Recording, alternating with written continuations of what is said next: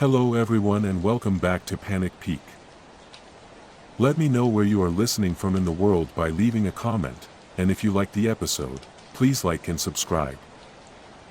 Now, let's get cozy, and let's begin. Moving into a new home is supposed to be a joyous occasion, a chapter filled with promise and the warmth of starting fresh. Our family, my husband Sam, our 2-year-old daughter Lily, and I, had been searching for months before we stumbled upon the sprawling suburban house. It had everything we wanted: space to grow, a beautiful yard for Lily to play in, and a quiet neighborhood that felt safe. But looking back now, I can't help but wonder if the house had been waiting for us, too. I always thought moving into a new house was supposed to feel exciting, a fresh start, new memories waiting to be made. But from the moment we pulled into the driveway of the sprawling suburban home, unease settled in my chest like a weight I couldn't shake. It was the little things at first. A hallway that felt slightly longer than I remembered when we toured the place. A window in the living room that seemed to shift its position when I wasn't looking. My husband, Sam, laughed it off, chalking it up to my overactive imagination. "Houses have quirks," he said with a grin. "It's part of the charm." But charm was the last thing I felt. One night, as I was unpacking boxes in the basement, I noticed a door in the far corner of the room. It wasn't on the blueprints we'd studied meticulously before buying the place. It wasn't there when we moved in. I stared at it, my pulse quickening. The doorknob gleamed as though freshly polished, and a faint draft seeped through the cracks. "Sam," I called, my voice trembling. He appeared moments later, holding a box of dishes. "What's wrong?" I pointed to the door. "Was that there before?" He frowned, setting the box down. "I don't think so. Must have missed it." "How could we miss a door?" I whispered, but he shrugged, walking toward it. He grasped the handle and turned it before I could stop him. Inside was a fully furnished room, dimly lit by a single, flickering bulb. The air smelled of mildew and something metallic. The walls were lined with shelves, each one holding objects that seemed wrong. A cracked porcelain doll with blackened eyes. A rusted clock frozen at 3:33. A faded photograph of a family that wasn't ours, their faces blurred as though smeared by unseen hands. "What the hell is this?" Sam muttered, stepping inside. "Don't go in," I begged, but he didn't listen. The moment he crossed the threshold, the air seemed to shift. The draft became a gale, slamming the door shut behind him. I screamed, yanking at the handle, but it wouldn't budge. From the other side, I heard Sam shouting, his voice muffled and frantic. Then, silence. When I finally managed to wrench the door open, the room was gone. In its place was a solid concrete wall, as though it had always been there. Sam was nowhere to be found. The police didn't believe me. They said people don't just vanish. They suggested he'd walked out on me, but I knew better. Something in this house had taken him. Days turned into weeks, and I tried to move on, tried to convince myself I wasn't losing my mind. But the house wouldn't let me forget. Doors appeared and disappeared at random. Hallways twisted and elongated. At night, I heard whispers behind the walls, voices speaking a language I couldn't understand. One morning, as I was doing laundry, I heard Lily giggling upstairs. It was strange, the kind of laugh she used when playing hide-and-seek. I raced up to find her, but she wasn't in her room or anywhere else. My heart pounded as I called her name, the echo of her laughter leading me to the attic. The pull-down stairs were already lowered, creaking under my weight as I climbed up. The attic was colder than I expected, and Lily's giggle stopped as soon as I stepped inside. Instead, I heard a faint rustling in the shadows. I shone my flashlight toward the corner, where a figure sat hunched over, facing the wall. For a moment, I thought it was Sam, but as I got closer, I realized it wasn't human. It was something else entirely, wearing his clothes. Its head jerked toward me, and its face was wrong, blurred, as if I was seeing it through frosted glass. It opened its mouth, and a distorted version of Lily's laughter spilled out. I stumbled backward, nearly falling through the attic opening. I locked the attic door after that and pushed a heavy dresser in front of it, but I could still hear faint scratching at night. Then, one evening, as I was heading to bed, I saw it again. The door. In the exact same spot in the basement. I should have run. I should have left the house and never looked back. But I couldn't. Sam was still in there. I knew it. Armed with a flashlight and a kitchen knife, I opened the door. The room was just as I remembered, but this time, the shelves were empty. The bulb above me flickered and buzzed, casting shadows that seemed to writhe and pulse. At the center of the room stood a mirror, its surface rippling like water. I stepped closer, drawn to it despite every instinct screaming at me to stop. My reflection stared back at me, but it wasn't quite right. Its eyes were too dark, its smile too wide. And then, it moved, not to mimic me, but of its own volition.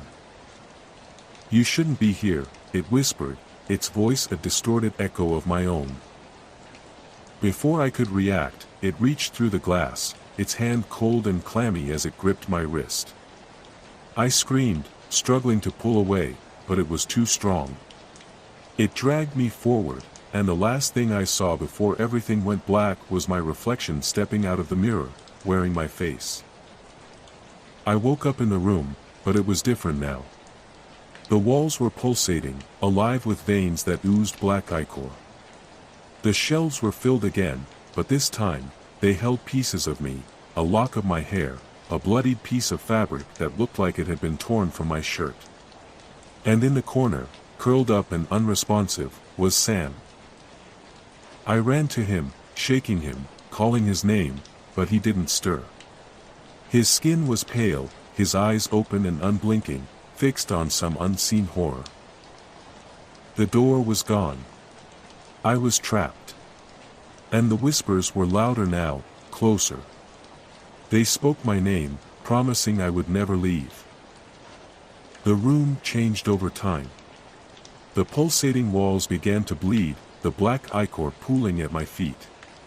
Sometimes, the shelves would shift, their contents replaced with strange symbols I couldn't decipher. Once, I found a small box on one of the shelves. Inside was a locket with a picture of my family, but the faces had been scratched out. Sam occasionally moved. His head would tilt, his lips parting as if to speak, but no words came out. I held him for hours, begging him to tell me how to get us out, but he remained silent. One day, I saw something in his eyes, a flicker of recognition, or perhaps a plea. That's when I realized he wasn't entirely gone. The room hadn't finished with him yet. I don't know how long I've been here. Time doesn't work the same in this place. All I know is that the room is hungry, and it won't stop until it has consumed every part of me. If you find this, please, don't open the door. Don't let it take you too. Months later, a young couple moved into the house. They were newlyweds, their laughter and joy echoing through the hallways. On their first evening, while exploring the basement, they noticed a door in the corner. It wasn't on the blueprints they had studied so carefully. The husband reached for the knob, curious. Behind the door, the room waited, silent and patient, for its next meal.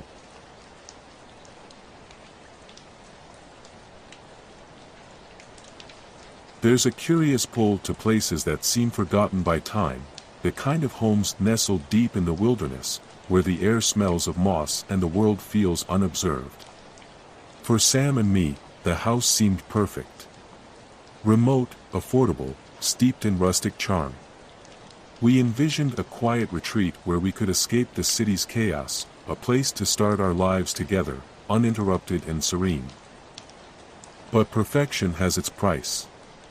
And sometimes, the things left behind in the shadows were meant to stay there. We bought the house on a whim.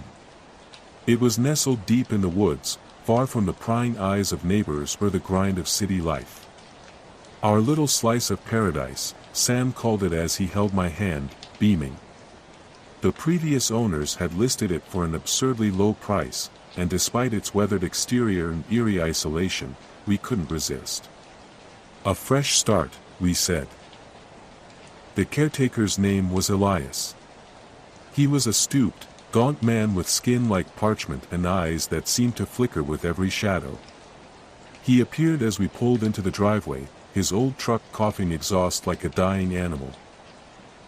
"You must be the new owners," he rasped, tipping his wide-brimmed hat. His gaze lingered on me for a beat too long before shifting to Sam. "There's one rule about this place you'd best not forget." We exchanged glances, a nervous chuckle escaping my lips. "What's that?"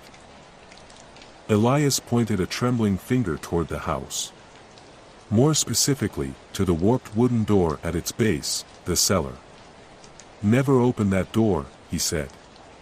His tone left no room for laughter, no suggestion that this might be a joke. "No matter what you hear. No matter what you think you see. Leave it be." Sam tried to ask questions, but Elias turned on his heel and climbed back into his truck. As the engine grumbled to life, he leaned out the window one last time. "You'll regret it if you don't listen," he called before driving off, leaving only dust in his wake. At first, we ignored the warning. The house was old, of course the caretaker would have superstitions.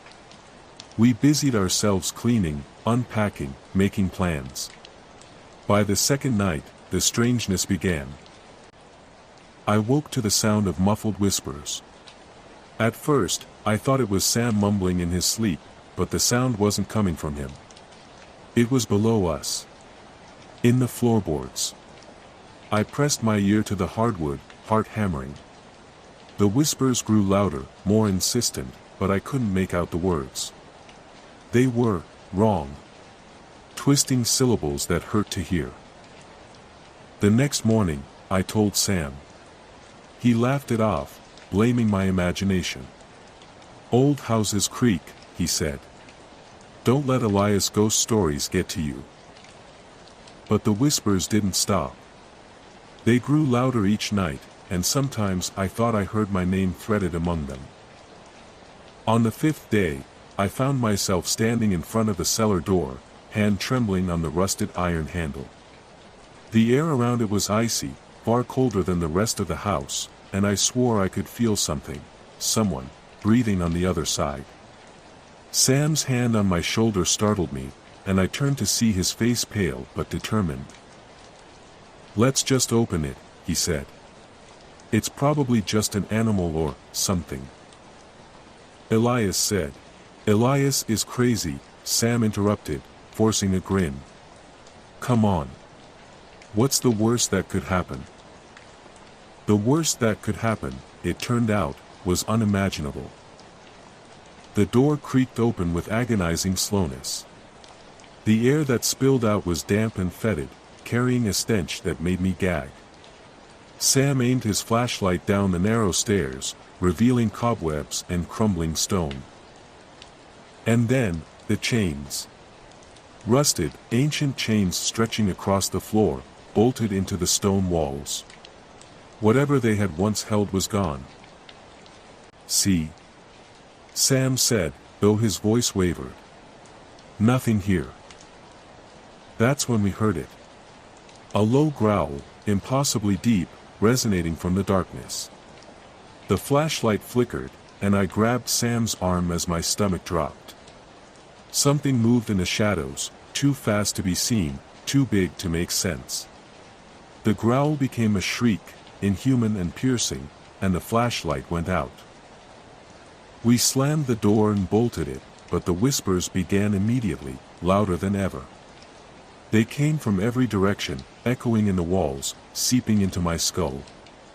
They weren't just whispers now, they were voices, countless and overlapping, screaming, pleading, laughing. And the door, it started to shake. We tried to leave. We threw our bags into the car and sped down the overgrown driveway, but the road twisted back on itself. No matter which direction we turned, the house loomed ahead. It was as if the forest itself conspired to trap us. By the next evening, we realized we weren't alone in the house anymore. Shadows moved where none should have been. Mirrors reflected things that weren't in the room. And the whispers, they weren't just from the cellar anymore. They followed us, floating in the air, curling around our ears like smoke. That night, the whispers turned into footsteps. Heavy, deliberate thuds that ascended the stairs, stopping just outside our bedroom door. We huddled together, clutching each other, too terrified to breathe. The doorknob rattled, and I bit down on my screen. By dawn, the house was silent again. But the cellar door was wide open. Sam is gone now. Whatever came out of that cellar took him last night. I woke to find his side of the bed cold and empty, the sheets stained with something dark and viscous. I found scratch marks gouged into the hardwood floor leading back to the cellar. My voice cracked as I screamed his name, but the only reply was the whispering, louder than ever, telling me to join him, promising that it's not so bad, that he's waiting for me. I'm writing this from the bedroom, the door barricaded with furniture. But I know it won't hold. The footsteps are on the stairs again, slower this time, savoring the moment. I can hear Sam's voice now, clear as day, calling my name from the other side of the door. But it's not him. It can't be him. The whispers are right outside. They're no longer content to wait in the shadows. Something presses against the barricade, heavy and relentless, like the weight of the world itself. The wood groans in protest, and I can feel the floor vibrate beneath me. The doorknob is starting to turn. I've stopped praying for salvation. Now, I only pray that when it takes me, it will be quick. They found the house months later, or what was left of it. A team of surveyors, checking on an old property sale, stumbled upon the ruins. The house had collapsed in on itself, charred wood and crumbled stone scattered among the overgrown forest. Of the couple who once lived there, there was no trace. Just a journal, waterlogged and weathered, clutched in the roots of a tree that had broken through the cellar's foundation. Most of the entries were unreadable, but the last page remained intact. Do not open the cellar. Do not listen to the whispers. It will take everything. It will take you. Elias was there when the journal was brought to the authorities.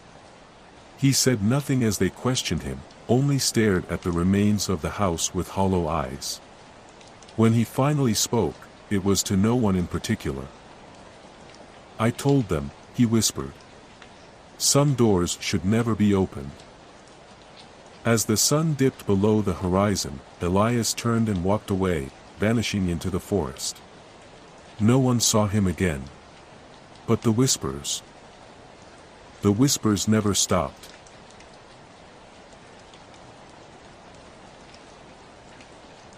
When we first laid eyes on the apartment, we knew it was everything we had ever dreamed of. The modern architecture, the sleek finishes, and most of all, the floor-to-ceiling windows that framed a breathtaking view of the city. The skyline at night, bathed in a sea of lights, stretched endlessly before us. It felt like we were on top of the world, untouchable, invincible. A perfect new beginning in a perfect new home. It was supposed to be our sanctuary. A place where we could build our future together, a space of peace and luxury. But something about the apartment felt off, even from the start. At first, I couldn't put my finger on it. It wasn't the space itself, but the silence, the strange stillness that seemed to hang in the air. The view, though magnificent, felt almost too perfect. Like it was too good to be real. Then came the first night. We had just finished unpacking, the last of the boxes stacked in the corner of the living room. The apartment was pristine, everything in its place. As we settled into our new life, I thought perhaps I was just being paranoid, or maybe the stress of the move had gotten to me. But that night, as we relaxed on the couch and the city lights twinkled in the distance, I glanced toward the windows. And that's when I first saw it. The shadow. At first, it wasn't clear, just a faint outline in the reflection of the glass, as if someone was standing far away outside the apartment. I thought nothing of it. The city was full of life, and it was probably just another pedestrian strolling below. But then, I noticed something unsettling. It was not just any figure. It was unmoving, as though it were standing perfectly still, watching us. I turned to James, who was scrolling through his phone, and asked, "Do you see that?" He barely looked up. "What?" "It's just the reflection of the buildings." I didn't respond, but I kept staring, trying to convince myself it was nothing. The figure didn't belong outside. It was too close, almost as if it were standing in the same room, even though the apartment was empty. I shrugged it off as a trick of the light. But the next night, it happened again. This time, I saw it more clearly. The shadow was larger, more defined, standing just behind the glass. It had no features, just a solid black outline of a human figure. No face, no movement, just standing still. And it was closer now, only a few feet away. My heart raced, and a chill ran down my spine. I could feel the hair on the back of my neck standing up, and I turned to James again. "James, there's something in the reflection. It's moving closer." James, ever the skeptic, looked over at the window, his eyes narrowing in confusion. "It's probably just a trick of the lights again. The city is full of reflections. You're being paranoid." I wanted to believe him. I really did. But the unease in my chest wouldn't go away.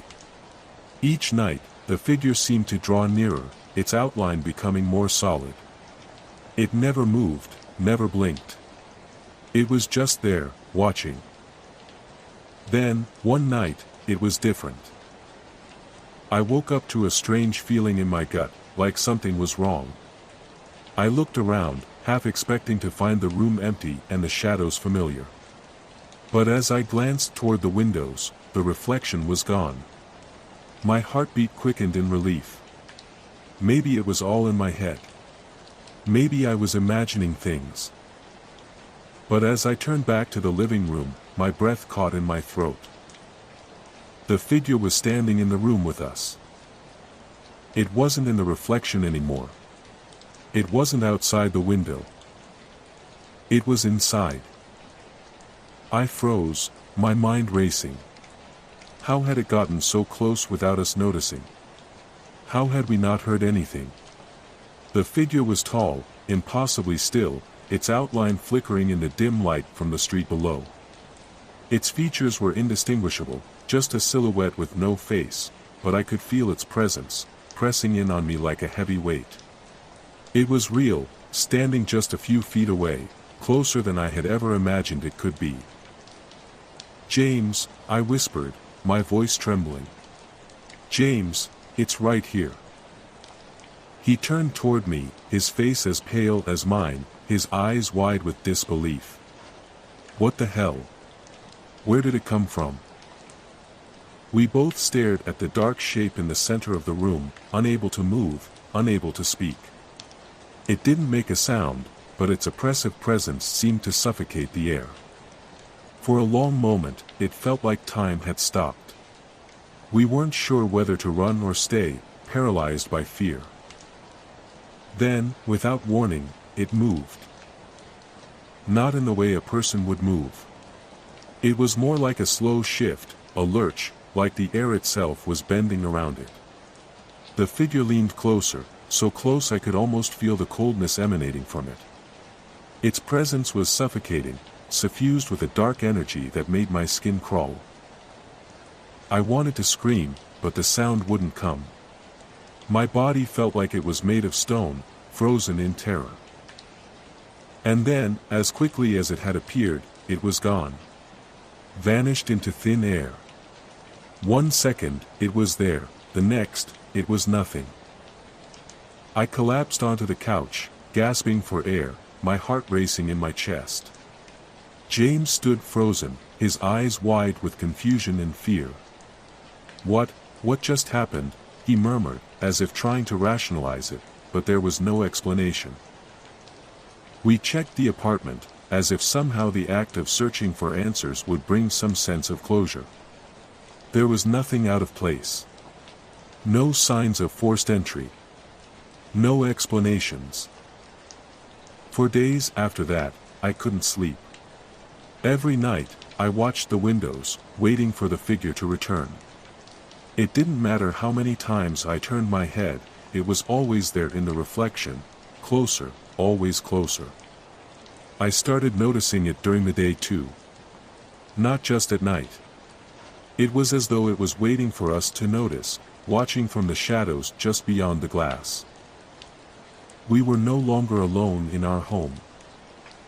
And then, one evening, when the reflection appeared again, I felt a cold shiver crawl up my spine. The figure wasn't just standing behind us. It was staring at me. I could feel its empty gaze seeping into me, its presence suffocating, its intent clear.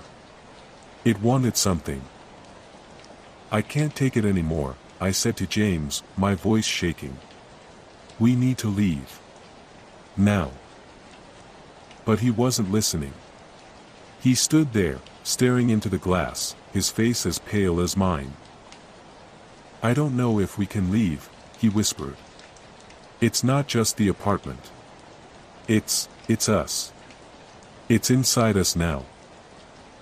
I grabbed his arm, trying to pull him toward the door, but he didn't budge. His gaze never left the reflection. And when I turned back to the window, I saw it. The figure had moved again. But this time, it wasn't behind us anymore. It was standing directly in front of the glass, watching us both. Its faceless form was unmistakable, and its hands were pressed against the cold surface of the window. And then it smiled. A dark, empty grin that didn't belong to any human being. The glass wasn't a barrier anymore. It was a doorway. And it was open. We ran. But no matter how fast we fled, no matter how far we traveled, we couldn't escape it. The reflection followed us. We thought we had left the apartment behind, just another memory of a nightmarish place. But every window we passed, every glass surface, no matter where we went, the figure was there. Always staring, always waiting. And now, its smile had spread. It had taken root in us. It was never about the apartment. It was about the view. The perfect view. And it would never let us go.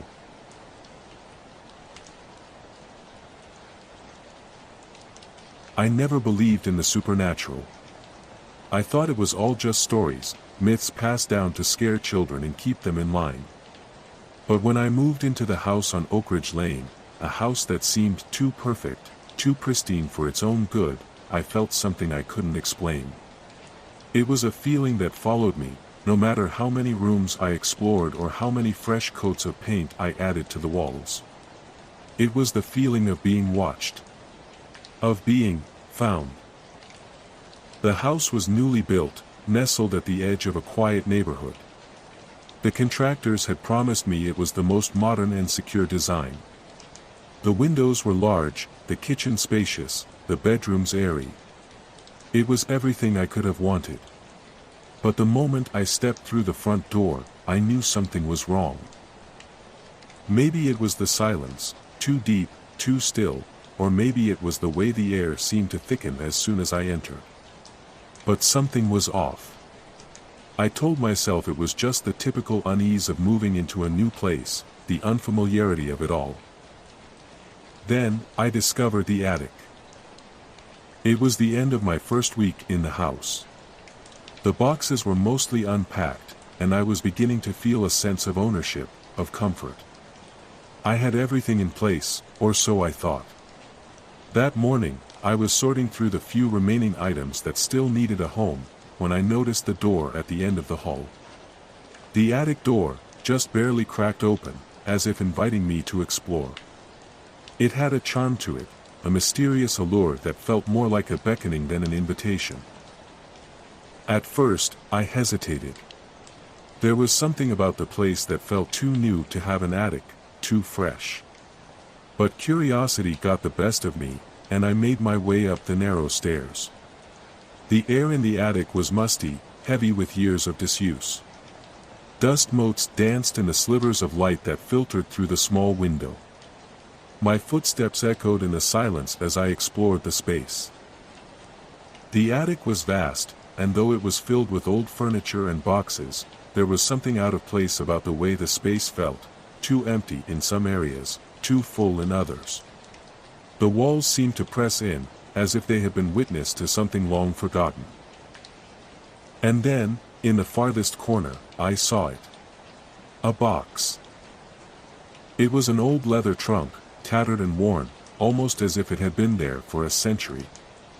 The smell of must and decay clung to it, and I couldn't help but feel a strange pull toward it. As I approached, I could hear the soft creaking of the hinges as though it were reacting to my presence. My heart raced. I wasn't sure why. It was just a box, right? But when I opened it, I realized it wasn't just a box. Inside was a collection of odd, forgotten belongings. A faded jacket with frayed cuffs, a child's toy horse carved from wood with chipped paint, a few tattered books whose pages were too brittle to touch. But what caught my eye most of all was the photograph tucked beneath the clothing. It was small, black and white, and the edges were curled with age. I gently pulled it from the box. The family in the photograph stood outside a house that seemed ancient, far older than the one I had moved into. The people in the photo were blurry, like they had been in motion when it was taken. But the most chilling part was the shadowy figure standing in the corner of the image. A man, perhaps, though his features were obscured, his face hidden in the dark. He wasn't looking at the camera, but at something else. Something just beyond the lens. I stared at it for a long time, my breath catching in my throat. There was something wrong with that figure. Something about the way he seemed to loom, even in a photograph. His presence seemed to press against the edges of the image, as though he didn't belong there. The atmosphere around me grew heavier, colder, and an overwhelming sense of dread washed over me. I didn't know why, but I felt like I needed to put the photograph back, to leave the box undisturbed. But it was too late. As I placed the photograph back inside and tried to close the trunk, I heard a soft whisper. It was a sound like wind brushing through the trees, but wrong. It seemed to come from within the house itself, from the walls. I froze, the hairs on the back of my neck standing on end. I slammed the trunk shut and backed away. My heart pounded in my chest as I quickly descended the attic stairs. Something had changed. The air felt thicker, as though the house itself had begun to breathe differently. That night, I couldn't sleep. Every time I closed my eyes, I saw the figure in the photograph, his face twisted in a way I couldn't describe, his presence filling the room with a suffocating weight. The house creaked and groaned, the wind outside howling like an animal prowling just beyond the windows. The next day, when I went back to the attic to ensure everything was in place, I found the box had moved. It wasn't where I had left it. It was in the center of the attic, the lid slightly ajar. I felt my stomach churn as I walked toward it. My hands shook as I approached, and I fought the urge to run, to leave the house, to never come back. The photograph was gone. My breath caught in my throat. I searched the attic, turning over boxes, scouring the corners. But it was no use. The box had been disturbed. And in that moment, I realized it wasn't just the photograph that had been taken, it was something much worse. I hadn't just found something hidden in the attic. I had uncovered something that wasn't meant to be disturbed. And whatever it was, it had been waiting. Waiting for me. The unease didn't stop there. The days following were filled with strange occurrences. Objects in the house were moved. Chairs were overturned, the kitchen faucet ran when no one was around, and I would find my coat hanging in the hallway, even though I was certain I had placed it in the closet.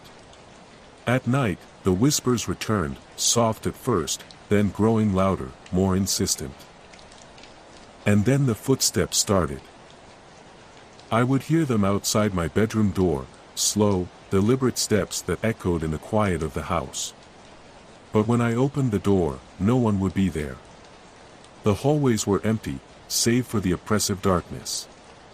It was as though the house itself was alive, breathing with a rhythm that didn't belong.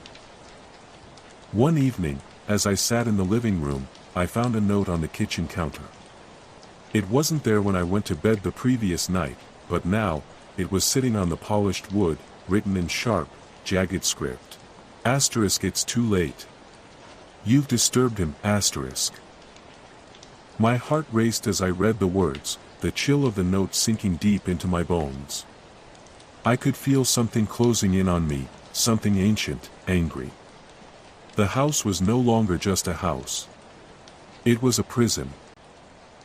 I went to the attic once more, driven by a need to understand what I had uncovered. But when I arrived, I found the box had disappeared entirely. There were no signs of it, nothing left but the still, empty space. The shadows in the corners of the attic seemed to grow longer, stretching as though they were trying to pull me into them. And that's when I heard it. A voice. Low, guttural, and filled with fury. You should have never opened it. I spun around, heart hammering in my chest, but the attic was empty. And then I felt it, the cold breath on my neck, the unmistakable sensation of being watched. The presence, the anger, it was closing in.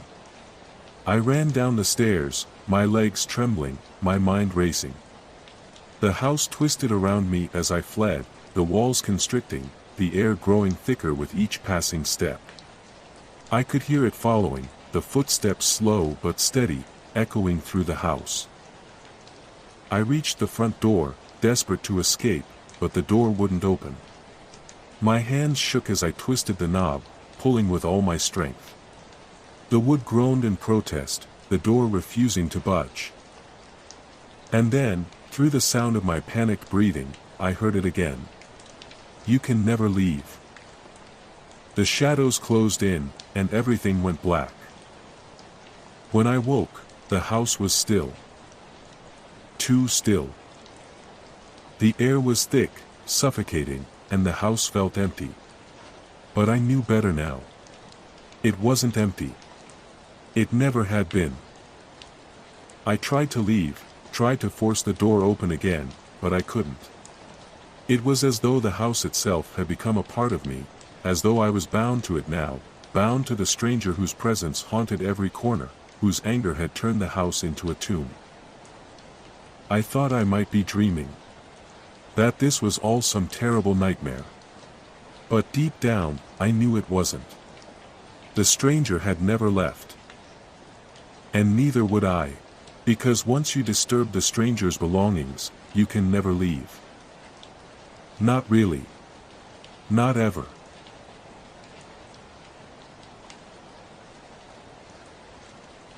I don't know why we decided to rent that cabin. Maybe it was the promise of a weekend away from the grind, the escape into the mountains, or the lure of something unknown. We didn't really care about the warnings, about the isolation, the strange history of the place. It was just supposed to be fun, a time to unwind, a time to forget everything. But that's the thing about getting away to places like this. It's too easy to forget that not every dark corner is waiting for you to find it. And some things, once discovered, don't let you go.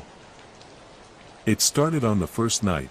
The 5 of us gathered around the fire pit, telling ghost stories and laughing too loud, our voices bouncing off the trees. We had no idea what was waiting just beyond the edge of the forest, the light we would see in the distance, flickering, drawing closer each time we looked away. We should have left. We should have gone home the moment we saw it. But we didn't. We stayed. And something in that forest, something in the shadows, knew we had come.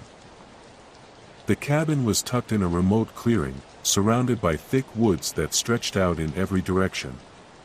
There was no cell service, no Wi-Fi, nothing but the hum of crickets and the rustling of leaves in the wind. The first night was fine. We cracked open a few beers, made us mores, and told silly ghost stories by the fire. It felt like the perfect retreat from the stress of everyday life. But as the night deepened, the temperature dropped sharply, and a strange tension filled the air, something I couldn't put my finger on.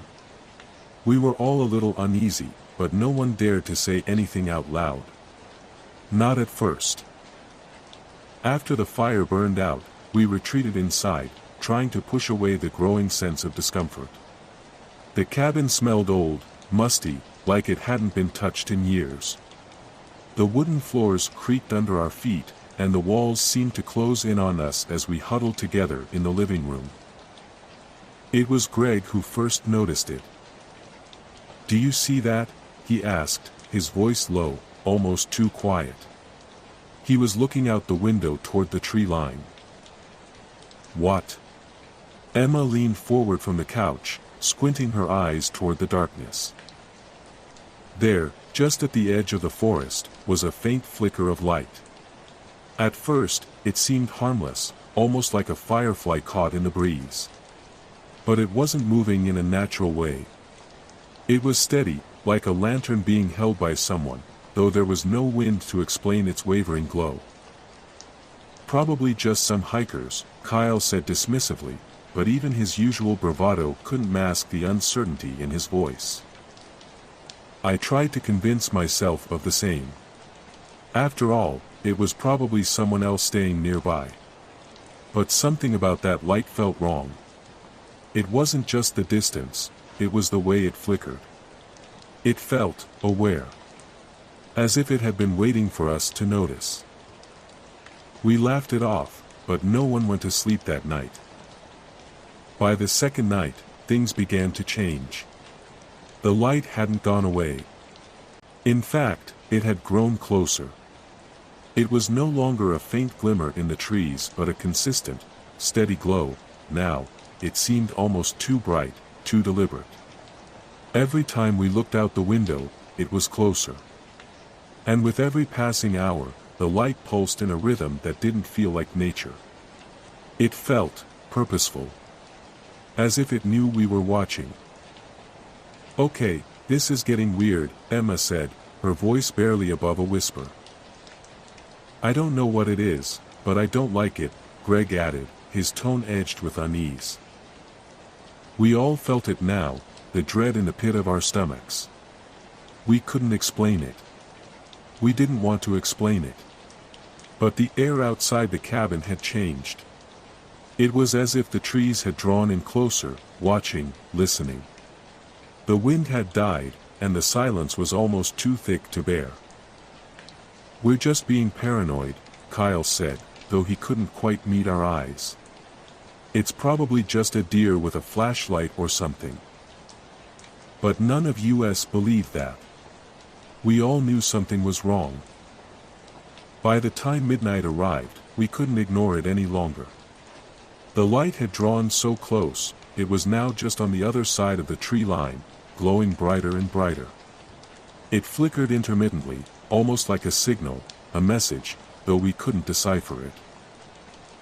I stood by the window, my heart pounding in my chest.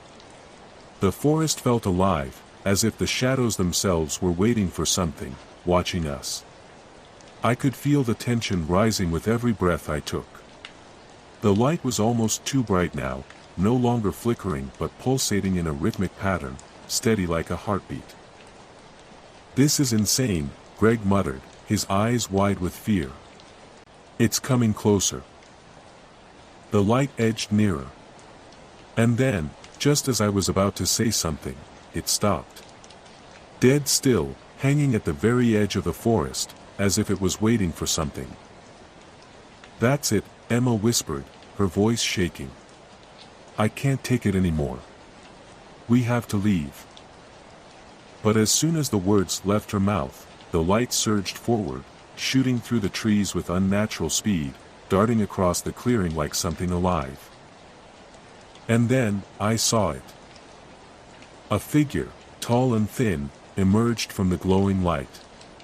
It was cloaked in shadows, its outline blurry and indistinct. It seemed to float rather than walk, as though it didn't touch the ground. My breath caught in my throat. The others were frozen, staring at the figure in shock. It didn't move like a person. It moved like it was from another world. A cold dread washed over me, paralyzing me where I stood. "It knows we're here," Kyle whispered, his voice barely audible, a tremor running through him. The figure stopped, its head tilting slowly toward the cabin. The forest was deathly still. The air felt thick, heavy with something we couldn't understand. It didn't make a sound. It didn't need to. We all felt it in the pit of our stomachs, the presence, the knowledge that we had trespassed into something's domain. The figure began to move toward us, its form shifting in and out of the light, as though the darkness itself was pulling it forward. The pulse of light was now steady, like a beacon, and I knew then that we were the prey. The door was locked. But what good was a door against something that wasn't bound by the same rules we were? I wanted to scream. I wanted to run. But my legs wouldn't move. I couldn't tear my eyes away from the figure now standing just outside the window. Its eyes, or where its eyes should have been, glowed with the same unnerving light, watching us, waiting. And in that moment, I understood. We weren't meant to leave. Not now. Not ever. The light moved closer, and we all knew, it had found us. It had been waiting for us. We were never meant to be here. And now, we were trapped in its domain. The figure stood there, just beyond the glass, its presence looming over us like a suffocating shadow. We didn't move. We didn't dare. The air was so thick with dread that it felt like it could choke us if we made even the smallest sound. And then, the light, once steady, began to flicker again, its pulse erratic, like it was drawing power from the very ground beneath us. The figure didn't step forward, didn't make a move. It didn't need to. The light was a warning. A signal. It had already claimed us. I don't know who broke first. Maybe it was Emma's soft, terrified sob. Maybe it was Greg's shaky breath, his hand slowly reaching for the door handle as if in some desperate, foolish hope that escape was possible. But none of us moved fast enough. We couldn't. The moment the door opened, just a crack, a sliver of escape, the forest seemed to exhale, as if it had been holding its breath along with us. The wind rushed in with a sharp coldness that burned our skin. And then, the figure stepped forward. It didn't move like a person. It moved like it was part of the night itself, like it was born of shadow, of light, and of the space between. The darkness it carried clung to it, wrapping around its form, consuming it. It wasn't something that could be understood. It was ancient. The very air seemed to hum with its power. I screamed then. It wasn't a sound I recognized as my own. It was raw, primal, full of terror so deep I couldn't breathe. But the scream never reached the others.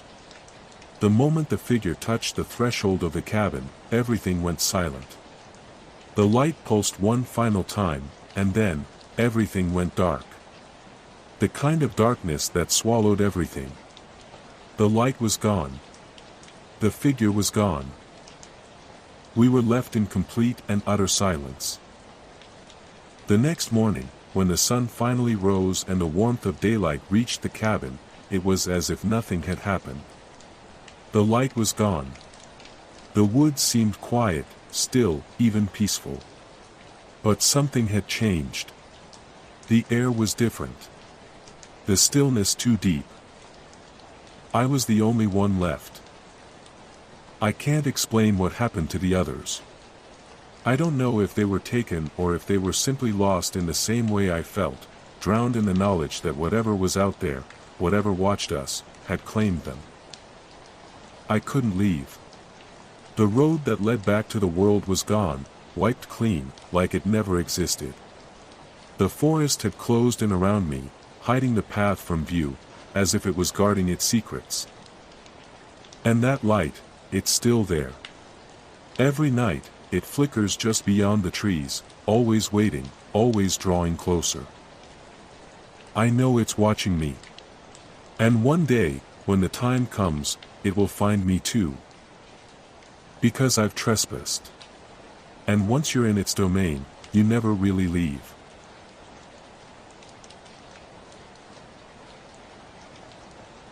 I didn't know what we were getting into when we bought the house. How could I have? It looked so ordinary, so perfect, with its ivy-covered facade and charming, faded shutters. We had just gotten married, and the thought of settling down in a quiet suburban neighborhood was too appealing to pass up. The real estate agent, well, he had an odd smile, but we didn't think much of it at the time. He said it was a steal, and the price was right. He was quick to sell, practically eager to finalize everything. He never mentioned anything strange about the house, and we didn't think to ask. I should have known better. I should have sensed something was wrong from the very beginning, but the excitement of starting a new chapter in our lives blinded me. It wasn't until we moved in that I started noticing the first signs that something wasn't right. And by the time we discovered the trapdoor, it was already too late to leave. Now, as I sit in the dark, hiding from what I know is lurking just beyond the walls, I wonder if we ever had a chance at all. Was the house always this way? Or did something inside it change once we arrived? It doesn't matter now. The house has a history, and we are part of it. A dark history that began long before we ever set foot here. We were so excited when we first saw the house. It had that perfect, nostalgic charm, like something out of an old movie. The wood floors creaked just enough to give it character, and the light that filtered through the large bay windows felt warm and inviting. The real estate agent, a man named Mr. Grant, led us through the house with a sense of urgency, like he couldn't wait to close the deal. He kept insisting it was the perfect spot for us. His eyes were always darting around, like he was keeping some secret from us. But we were too enchanted by the house to notice. Do you think we could make this work? I asked Mark, standing in the large, open living room, my hand brushing over the faded wallpaper. I love it, Mark said, a broad grin spreading across his face. It's perfect. We could make this home. And that was that. The next week, the papers were signed, and we moved in. It didn't take long for things to feel off. At first, it was the small things. The odd noises at night, scraping, like nails on wood, soft but persistent. We chalked it up to the house settling. Maybe the pipes or the floorboards were old and needed time to adjust. But then, I began to notice something strange. There were marks on the floor, deep scratches in the old wood, appearing almost overnight. At first, I thought they were scuffs from our furniture being dragged in. But they weren't random. They were deliberate, long, and winding, like someone had dragged something, or someone, across the floor. The marks led from room to room, following a strange path. Each morning, they were different, more pronounced, as if the house was trying to communicate something. I would wake up and find them again, starting in the hallway and leading into the bedroom. They always stopped under the bed. "Mark, look at this," I said one morning, pointing to the newest set of scratches near the bed's edge. They were deeper than the others, almost like they'd been made with something sharp.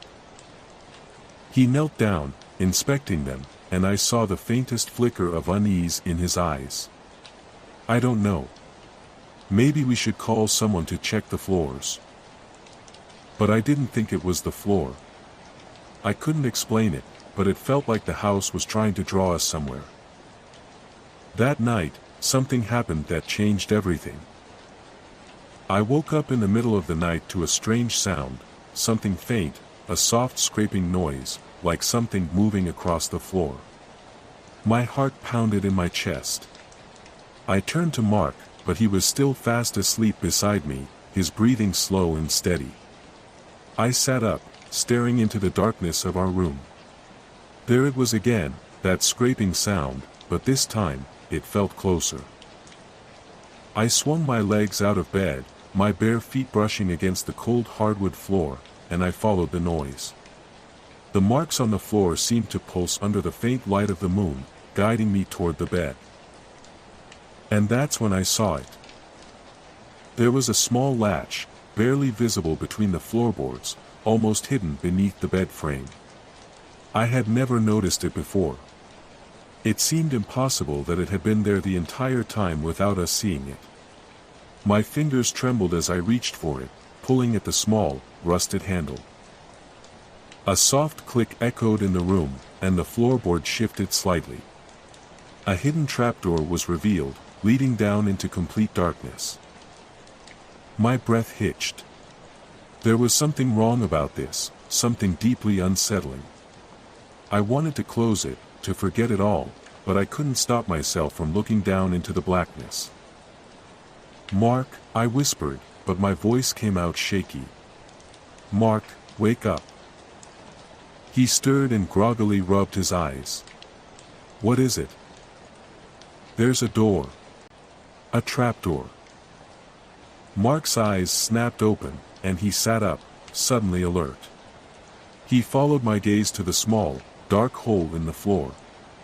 His face drained of color, and for a moment, we just stared at it, both of us frozen in place. "What the hell is that?" he murmured. "I don't know," I whispered, my voice tight with fear. "But it wasn't here before. I swear, I would have noticed."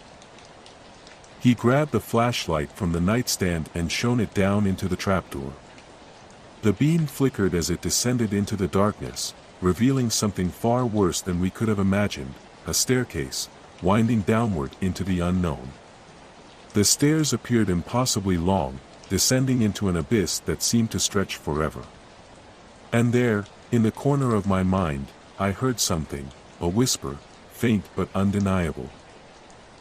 We both stepped back, the weight of it pressing down on us. "No," I said, my voice barely a whisper. "We shouldn't go down there." But even as I spoke the words, something inside me, something dark and primal, urged me to descend. The whispers, louder now, seemed to call to us. They twisted through the air, an invitation that I couldn't ignore. "We have to see where it goes," Mark said, his voice barely above a whisper. "I don't want to," I replied, but my body was already moving. Against my better judgment, I reached for the first step, and Mark followed. With each step, the air grew heavier, colder. The stairs groaned beneath our feet, as though something, or someone, was stirring below. The whispers grew louder, but now they weren't just whispers. They were voices, incoherent, speaking in a language that sent chills crawling up my spine. I tried to ignore it, tried to tell myself it was just my imagination, but it was impossible. The descent seemed endless, the stairs stretching far further than any logical place they should go. The air was thick, suffocating, and I could barely breathe. Mark was just a few steps ahead, and I reached out to grab his arm. "Mark, we need to turn back." He didn't respond, and when I looked up, I saw his face frozen in terror. His eyes were wide, staring into the dark ahead. "Do you hear that?" Before I could answer, something rushed past me, so fast that it was like a shadow, a force that made my blood run cold. And then, from somewhere in the depths, came the sound of a scream. A scream that echoed through the endless staircase, a sound that rattled the walls of my mind. I wanted to run. But it was too late. Days later, the house was on the market again. The real estate agent would return, smiling too much, his eyes darting nervously. And he would make sure to mention that the house had no history of disappearances, at least, not in recent years. But there were scratches on the floorboards, leading to the trapdoor beneath the bed, and in the dark, if you listened close enough, you could still hear the whispers. The house had a history, and now, so did we. I don't know how much time has passed since we were pulled down into that darkness. It feels like hours, but it could be days, or years. Time is a concept I no longer understand.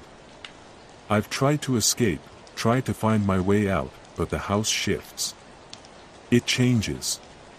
It never lets you leave. I hear the whispers still. They're louder now. Closer.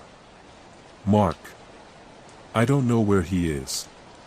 He was with me when we first entered the staircase, but when I called out, he never answered. He must have been taken, too. Or worse.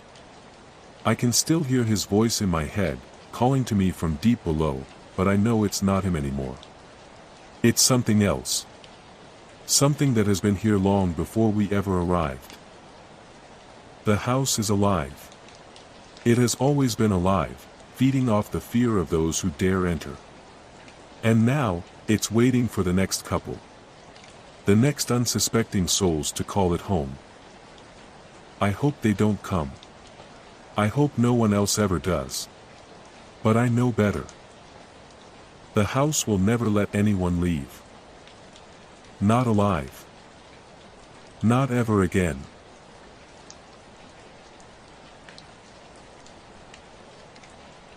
We had been dreaming of this moment for years. A place to escape, a sanctuary far away from the noise and the chaos of city life.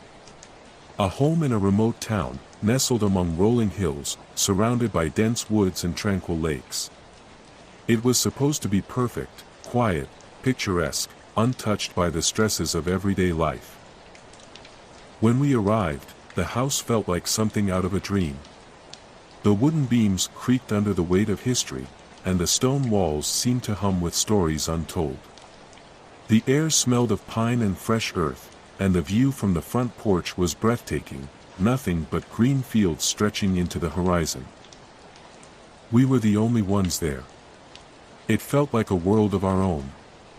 Tom and I, along with our 2 children, Ethan and Lily, unpacked our things and settled in. There were no neighbors to greet us, no signs of life beyond the occasional bird call or rustling of leaves. It was idyllic. That first night, I couldn't sleep. The house was too quiet, too still. I chalked it up to the excitement of being in a new place, the unfamiliarity of it all. I lay in bed, listening to the wind outside, trying to ignore the unease creeping up my spine. But then, something happened. As I wandered into the kitchen the next morning, I saw it. An old, ornate key lying on the counter, gleaming in the early light. It didn't belong to any of the locks in the house. It shouldn't have even been there. I could feel the hairs on the back of my neck stand up as I picked it up, turning it over in my hands. It was large, made of tarnished iron, its shape intricate, almost like an ancient artifact. There were symbols etched into the surface, delicate swirls and shapes that didn't make sense, a language I didn't recognize. It felt heavy in my palm, as if it carried more than its physical weight. Tom walked into the kitchen, his face still groggy from sleep. "Where did that come from?" he asked, his voice low with confusion. "I don't know," I replied, staring at the key. "I didn't put it here." We checked all the locks in the house. Every door, every window. The key didn't fit any of them, not the old front door, not the pantry, not the back cellar that had a rusty lock. Nothing. "Maybe it's just an old trinket," Tom said with a shrug, though his brow was furrowed. "The previous owners probably left it behind." I tried to convince myself that it was nothing, but the key lingered in my thoughts, heavy and foreboding. Every time I walked by it on the counter, I couldn't help but feel a pull, an unease, a sensation that something wasn't quite right. That evening, Ethan, our son, had a nightmare. He woke up screaming, thrashing in his bed, his eyes wide with terror. He kept saying he saw shadows moving in the corners of the room, whispering his name, telling him to follow them. "It's just a dream, sweetheart," I whispered, rubbing his back, trying to soothe him. But even as I comforted him, I felt a chill in the air. There was something off about the way he spoke, his voice trembling with a strange, distant fear. I tried to put it out of my mind, but that night, sleep didn't come easily. I lay awake in the dark, my thoughts swirling like a storm. The house creaked and groaned with every gust of wind, the old timbers protesting in a language I couldn't understand. I glanced toward the counter. The key was still there, waiting. The next day, Ethan disappeared. We hadn't noticed at first. It was a Sunday, and the sun was bright, shining through the trees outside. Tom was tending to the garden, and Lily and I were inside, unpacking some boxes. But when I called out for Ethan to come inside for lunch, there was no answer. At first, I thought he was playing in the yard, lost in his own world, but when I went outside, there was no sign of him. Panic set in quickly. We searched the property, every corner, every shed, every inch of the woods behind the house. There was no trace of him. The more we searched, the more I realized how utterly alone we were, isolated from any help. The police came, but they found nothing. No footprints in the dirt. No sign of struggle. It was as if he had simply vanished into thin air. And then, that night, something changed. I was in the basement, gathering some old blankets from the storage room, when I saw it. A door. It wasn't there before. I had been down in that basement countless times, moving things around, organizing. There was no door, no sign of any entrance. But now, there it was, a wooden door, old and heavy, its frame carved with strange symbols that matched the key. My heart raced. I couldn't explain it. I didn't want to believe what I was seeing, but there was no mistaking it. I ran upstairs to grab the key. My hands were shaking as I fumbled with it, but when I turned the handle and pressed it into the lock, it slid in as if it had always belonged there. The door creaked open slowly, revealing a dark, narrow passageway that stretched far beyond what the basement should have allowed. A cold draft rushed past me, carrying with it the scent of mildew and something darker. I hesitated, fear crawling up my spine. But my mind was consumed with thoughts of Ethan. Could he have gone down here? Was this where he had disappeared to? I called out for him, my voice trembling, but only silence answered. The darkness ahead seemed to swallow my words. I stepped inside, my heart pounding in my chest. The passageway twisted in strange angles, the walls lined with shadows that seemed to move and shift when I wasn't looking directly at them. The air felt thick, as if it had been sealed away for centuries. I reached a small, musty room. The walls were covered in old, faded paintings, each one depicting figures with distorted faces, twisted smiles, eyes hollow with a hunger that seemed to follow me. It was as though they were waiting, watching, anticipating. In the center of the room was a small table. On it lay a pile of crumpled papers, old and yellowed with age. I reached for them, but as my fingers brushed the surface, a chill ran down my spine. A sound. Soft, almost imperceptible, footsteps. They were close, just behind me.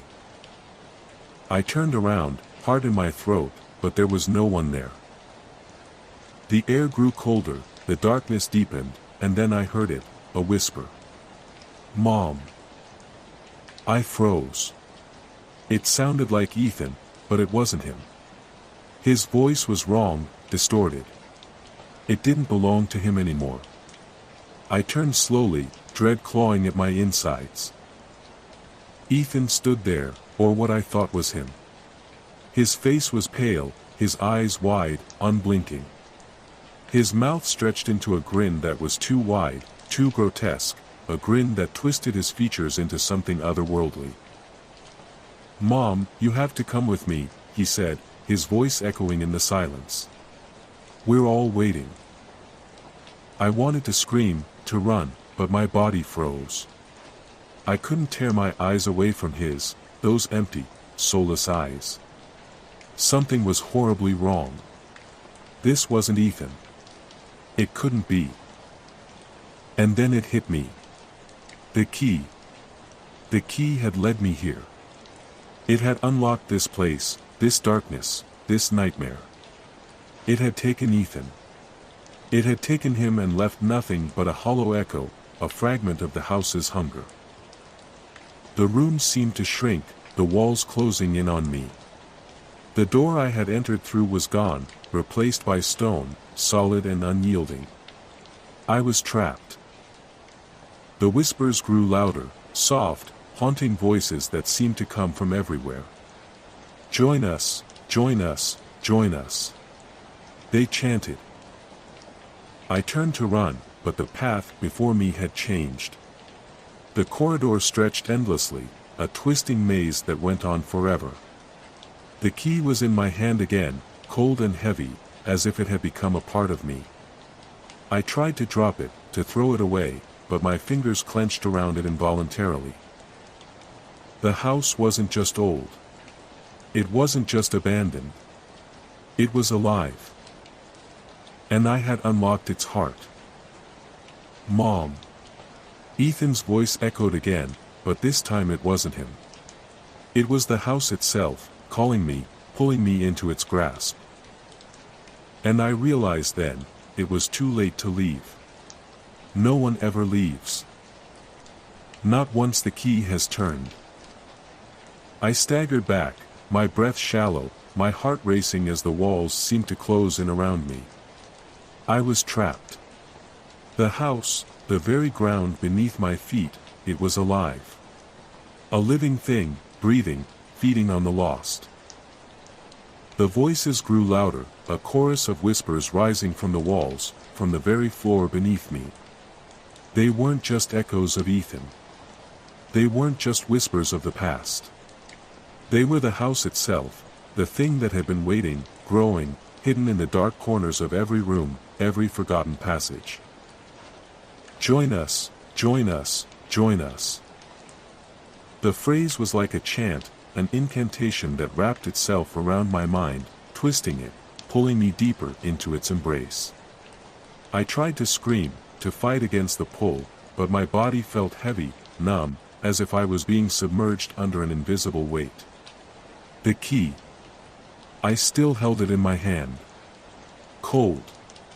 Unyielding. And then, I saw it, Ethan.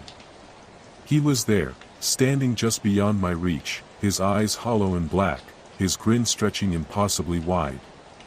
His lips parted, but no sound came from his mouth. He pointed to the darkness behind him, to the shadows that seemed to move and breathe.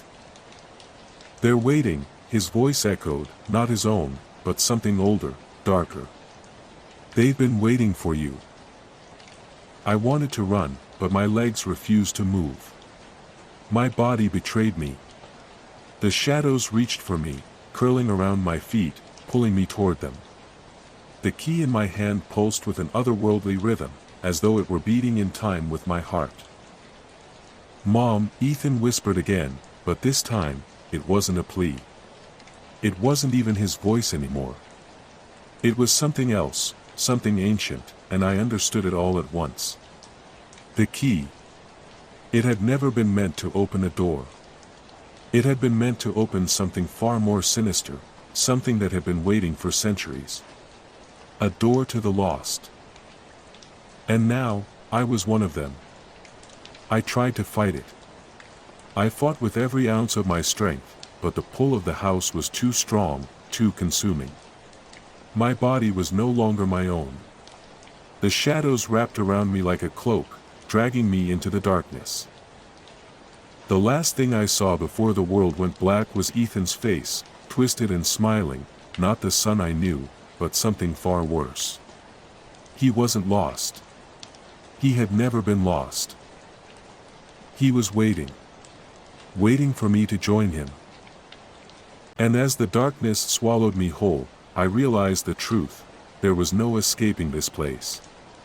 Not once the key had turned.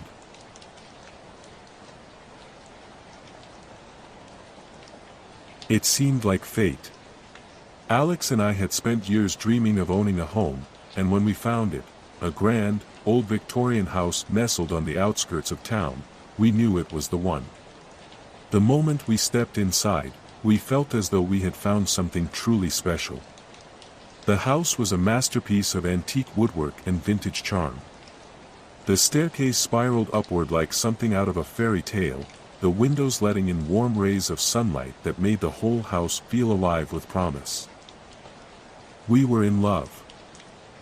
At first, everything was perfect.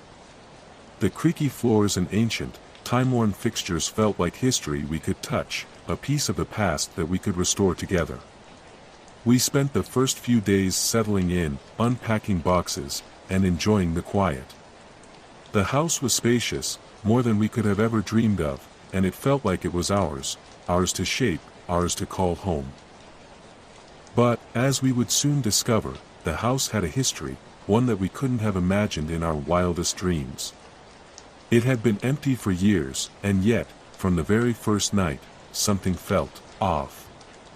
At first, I brushed it aside. Moving into a new place always feels strange. The creaks and groans of the old wood, the distant thudding of pipes, nothing out of the ordinary. I could never have prepared myself for what was waiting beneath the surface, hidden in the very bones of the house. That night, we slept in the master bedroom. It was a beautiful room, with high ceilings and an intricate chandelier that hung like something out of an old painting. As we snuggled into the bed, tired from the chaos of moving, I felt a strange sense of peace, as though the house itself were welcoming us. But then, as I closed my eyes, I heard it. A whisper. It was faint, like the sound of someone breathing, but it was there, just on the edge of my consciousness. I blinked in the dark, trying to listen. It seemed to be coming from the walls, the faintest murmur. My heart raced. Maybe it was the wind, the house settling after years of silence. But no, this was different. The whispering wasn't random, it felt deliberate, purposeful. Emily. I sat up abruptly, my pulse quickening. The voice was clear, my name, soft but unmistakable. I looked at Alex beside me, but he was fast asleep, his chest rising and falling in a peaceful rhythm. Was I imagining it? My mind raced as I lay back down, trying to convince myself it was just the house. But then, again. Emily. This time, I knew I wasn't imagining it. The voice was real, and it was coming from the walls. My skin prickled, and I dared not move. What was happening? Was it a dream? A trick of the mind? The house creaked again, and the whispers grew louder, more urgent. my name, echoed in the silence of the room. The next morning, I asked Alex if he had heard anything strange during the night. He just laughed it off, attributing it to the house settling. "It's an old place," he said. "We're probably just not used to the noises yet." I wanted to believe him, but something in my gut told me there was more to it than that. The whispers didn't stop. They grew more frequent each night. At times, they would call my name. Other times, they would chant something else, something indecipherable. And then they started calling Alex's name, too. Alex. He had started hearing them as well, but he dismissed it as nothing more than the natural noises of an old house. But I couldn't ignore it. The voices were different from the creaks and groans of the house. They sounded too human. Too deliberate. As if they knew us. One night, after weeks of sleepless nights, we decided to investigate. Something inside me told me that if we didn't find the source, the whispers would consume us. I went into the basement, where I had started hearing the voices more frequently. The walls down there were cracked and aged, covered in layers of dust and cobwebs. It was dank and cold, with a thick, oppressive air that made my chest tighten. But then, something caught my eye. A small crack in the wall. It wasn't much, barely noticeable at first, but I had seen it. It was a line of darkened wood, different from the rest of the structure. Curiosity gnawed at me. "Alex," I whispered, not taking my eyes off the crack. "Look." He followed my gaze and frowned. "It's just a crack in the wall, Em." But it wasn't just a crack. The more I stared at it, the more it seemed like something was hidden behind it, something sealed off, kept away for years. I grabbed a nearby crowbar, my hands trembling, and began to pry at the crack. Dust fell away in thick clumps, and the wood groaned under the pressure. Finally, the wall shifted, revealing an old, heavy door, its edges covered in years of grime. Alex's eyes widened. "What the hell? I've never seen this before." With a final push, the door creaked open, revealing a small room hidden away, like a forgotten secret. It was pitch black inside, but as I stepped forward, I felt a strange chill in the air. I could smell the old, metallic tang of something that had been closed off for far too long. The floor was covered in strange symbols, scratched into the wood, and the walls were lined with faded drawings, faces, strange figures, and otherworldly shapes, all done in what looked like blood. "What is this?" I whispered, stepping into the room. In the center of the room was an old iron chair, rusted and worn. Straps were attached to the arms and legs, stained with something dark, something ancient. I recoiled, my stomach lurching. This wasn't just a forgotten room. It was something more, something darker. "The whispers," Alex said, his voice barely audible. "It's her. She was trapped here." I didn't understand at first, but the feeling in the room was unmistakable. There was something, someone, here. We weren't alone. The air grew thicker, the temperature dropping by the second. I could feel it, pressing against my chest. And then the whispers started again, louder now, more frantic. "Set us free. Set us free." "Who?" I choked out, spinning around to face Alex, but he was staring at the chair, his face pale. "Who is it? What do they want?" They're calling us," he whispered, his voice trembling. "They were trapped here, like us. They want out." Before I could respond, the door slammed shut behind us. I spun around in a panic, trying to push it open, but it wouldn't budge. The whispers escalated, a cacophony of voices, screaming, chanting, begging. And then, I saw her. The figure appeared in the corner, a pale, gaunt woman with hollow eyes, her skin stretched tight over her bones. She was impossibly still, her mouth open wide, as if she were screaming but no sound came out. Her hands reached toward us, fingers twitching, curling, desperate to touch us, to pull us into the depths of the room. I froze, my heart hammering in my chest. I tried to scream, but the walls seemed to absorb my voice, swallowing it whole. "Welcome home," the whispering voices said, their tone eerily synchronized. I felt something cold brush against my skin, something moving through the air, and I turned to Alex, only to find his face contorted in terror. He was trembling, his body shaking uncontrollably, as if he were being pulled into the darkness. Then, the truth hit me. We weren't just in the house. We were of the house. This place had claimed us long ago, and we were bound to it now, just as the others had been, those who had come before us, their names lost to time. The house had waited for us, and now there was no escape. We were part of its story, part of its curse. And as the woman reached for us, her hands closing around my wrist, I understood that we would never leave. We were the Whispers now. Weeks have passed since that night. Or perhaps it's been longer. Time has no meaning here, not in this house where shadows stretch and writhe, where the walls themselves seem to whisper and moan with ancient secrets. The day has no edge, the night no mercy. I no longer know where I end and the house begins. The Whispers have become a constant presence in my mind. They no longer call us by name but murmur in endless, sorrowful tones. We are part of the house now. We have always been part of it. The walls are our voice, and the air is our prison. Alex is gone. I hear his voice sometimes, muffled and distant, drifting from the walls like a memory too faint to grasp. But I know the truth now. We are bound, chained by the house's insatiable hunger.